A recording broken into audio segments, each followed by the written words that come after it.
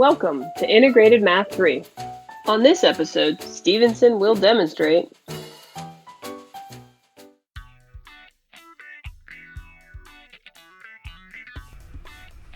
Let's look at how long division and synthetic division can become handy even if you're just dividing in general, right? So we just want to divide two polynomials and see what the remainder is. Well, let's look at the first one. So the directions aren't going to necessarily tell you what method to use. So the question is which one do you use, long division or synthetic division? Well, let's look. In the first problem here, I have this cubic, which is the dividend, and I'm divided by this linear term, which is the divisor, and this is x minus 4. So what you want to look at is the divisor. It is linear, however, you want to look at the beginning of the x term. Is it 1 or not? I'm going to use synthetic division here because in front of the x here it's 1. So let's set up our synthetic division. We look at our divisor and we can see the 0 or root here would be positive 4. Now I'm going to take the coefficients of every term we see in front here. So let's do our synthetic division. The first term drops down automatically. 4 times 1 is 4. 2 plus 4 is 6. 4 times 6 is 24.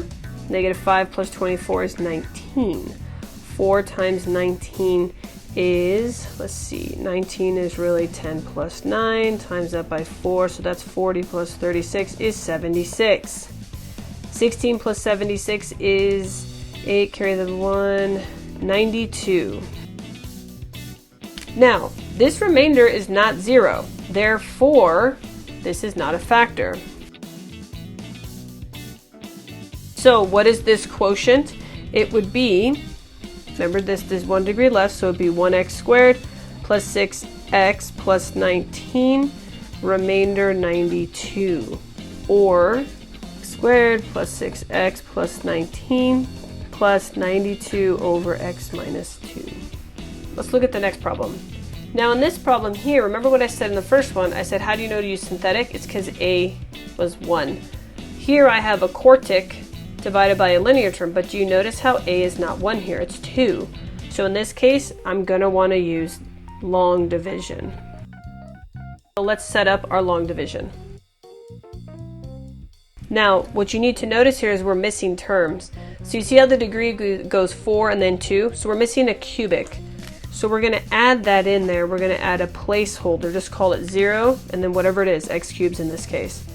And then plus 5x squared minus 7x plus 9. Now we're ready for our long division. So 2x times 2x cubed will give me 4x to the 4th. 2x cubed times negative 3 is negative 6x cubed. Subtract. That's 0, and this will be 6x cubed. Bring down the next term.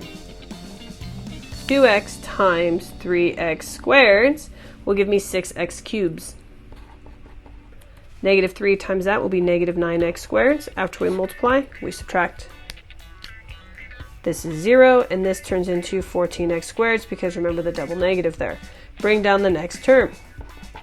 2x times a positive 7x will give me 14x squared. Negative 3 times 7x is negative 21x. Subtract.